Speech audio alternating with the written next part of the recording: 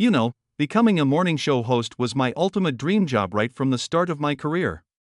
Matt Lauer was once pulling in $25 million a year at NBC. These days, he's been spotted handling his own dry cleaning in the Hamptons.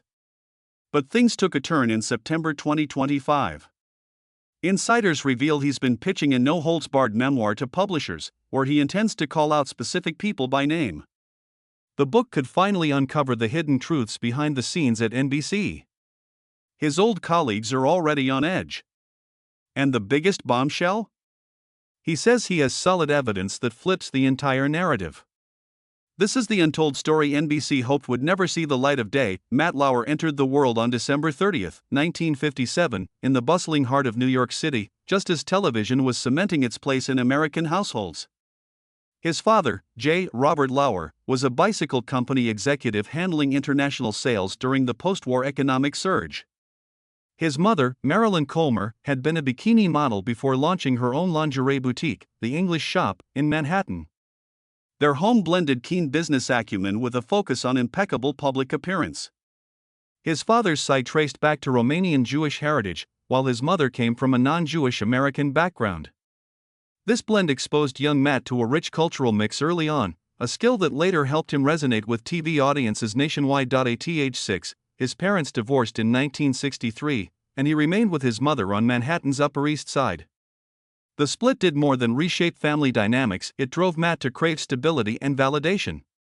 He became glued to TV news broadcasts, not for entertainment, but because they offered a sense of order amid chaos. That's when the spark of becoming a broadcaster ignited.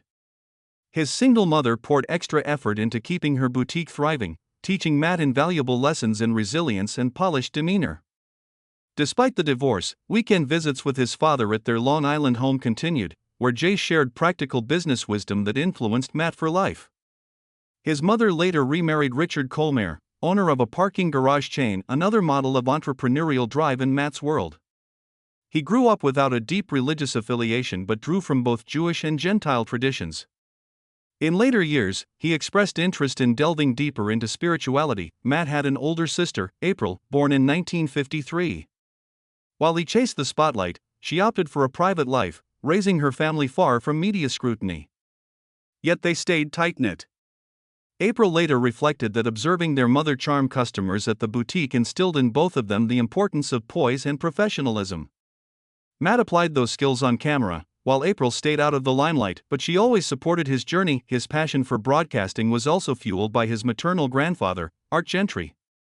In the 1930s, Art was a star as part of the Eaton Boys, a vaudeville quartet performing on Broadway and CBS Radio. They even featured in animated shorts and played New York's Palace Theater 9 times in a single year.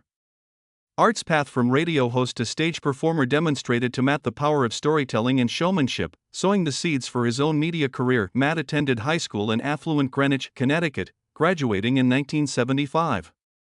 The upscale setting honed his refined on-air style. By then, his mother's remarriage provided stability, fostering an environment where his confidence could thrive. His father passed away in 1997, coincidentally the same year Matt's career soared to new heights. Post-high school, he studied communications at Ohio University. Ambitious but restless, he got deeply involved in campus media. In 1979, when the final course he needed wasn't offered, he dropped out, just 4 credits shy of a degree, and jumped into a news producer role at WOWK-TV in Huntington, West Virginia. At 21, he was already scripting, directing reporters, and thriving in the high-stakes local news environment. It was a risky move that paid off. By 1980, he was an on-air reporter for evening broadcasts. When a spot opened, he seized the chance to go live on camera, earning viewer trust with reports and interviews. Covering politics from the Charleston Bureau added gravitas to his skills. In 1980, at age 22, Matt made his national TV debut co-hosting PM Magazine on WRIC-TV in Richmond, Virginia, while still moonlighting in West Virginia. The syndicated lifestyle show, airing in nearly 100 markets, featured feel-good stories and celebrity chats.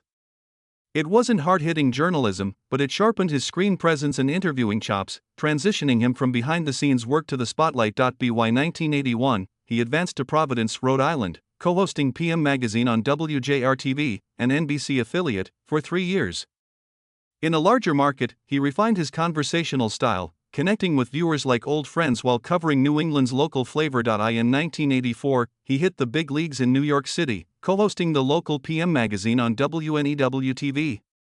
For 2 years, he tackled high-profile stories and A-list guests under intense scrutiny.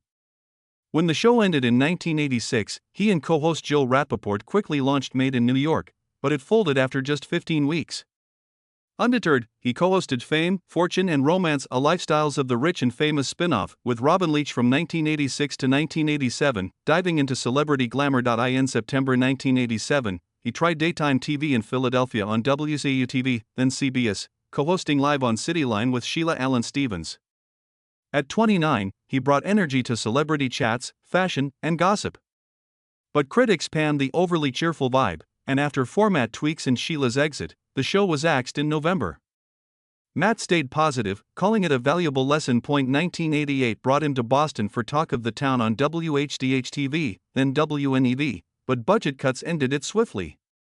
He juggled side gigs with ESPN and HBO on sports and entertainment. Constant travel earned him jokes about living in airports. He was hustling across cities, versatile and relentless, building resilience in a volatile industry. Everything shifted in September 1989 with a 3-hour daily talk show, 9 Broadcast Plaza, on WWOR-TV in New York. Hosting big-name guests to a massive audience felt like a rival. But by 1991, demands for live mattress ads and tabloid bookings clashed with his vision. He quit on principle, a move that backfired. The show cycled through replacements like Howard Stern before morphing entirely. Quitting led to a full year of unemployment in 1991, his darkest period. No offers came, he even considered tree trimming. But in 1992, WNBC called for the unpopular 5 a.m. Today in New York slot.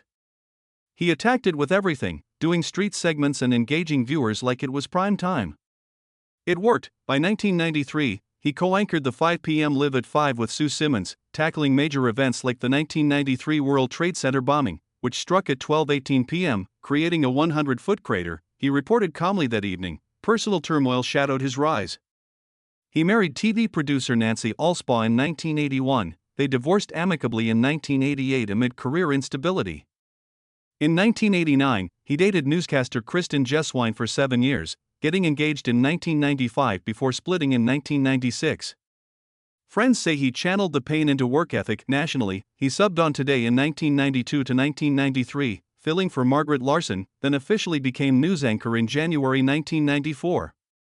He was NBC's go-to substitute for Katie Couric, Bryant Gumbel, Weekend Today, NBC News at Sunrise, even Tom Brokaw on Nightly News. During the 1994 O.J. Simpson frenzy, his poise in Studio One has solidified his potential. On January 6, 1997, Matt replaced Bryant Gumbel as Today co-anchor alongside Katie Couric.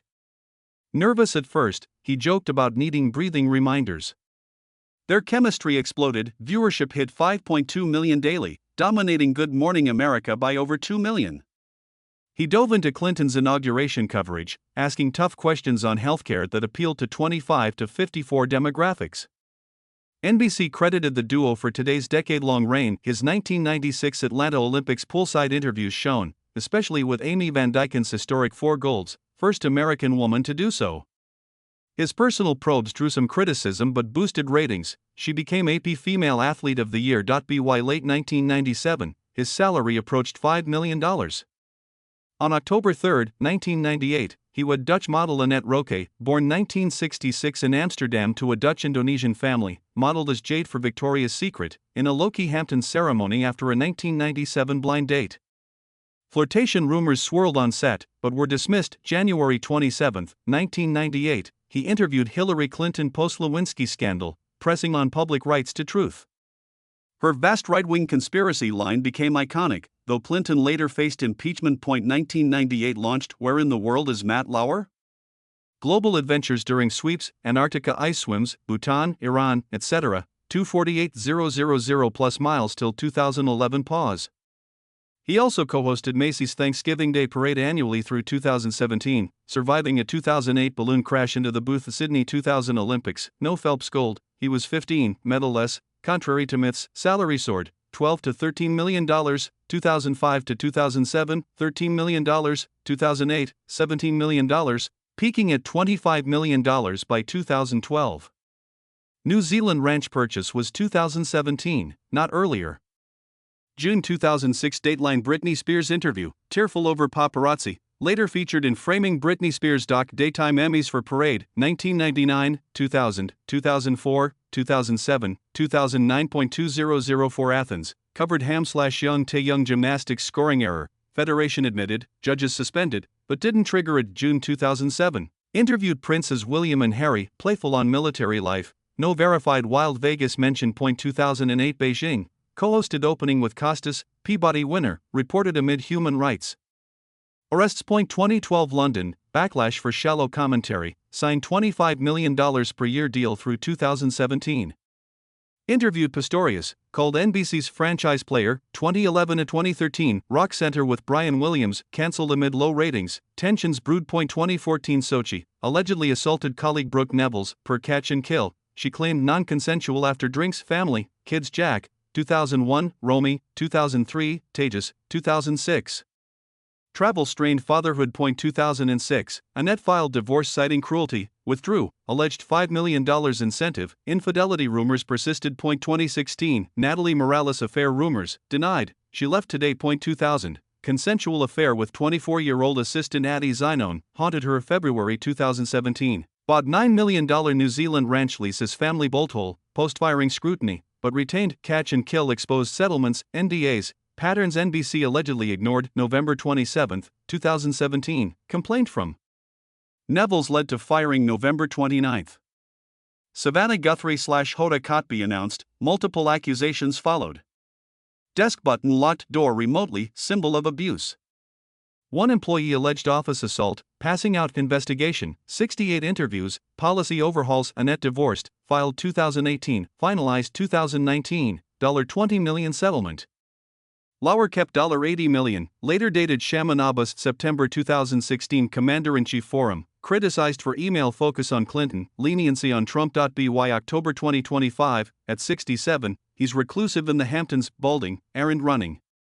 But September reports, memoir pitches to name names, with proof. Meetings with publishers/podcasters, no deal yet, but buzz builds.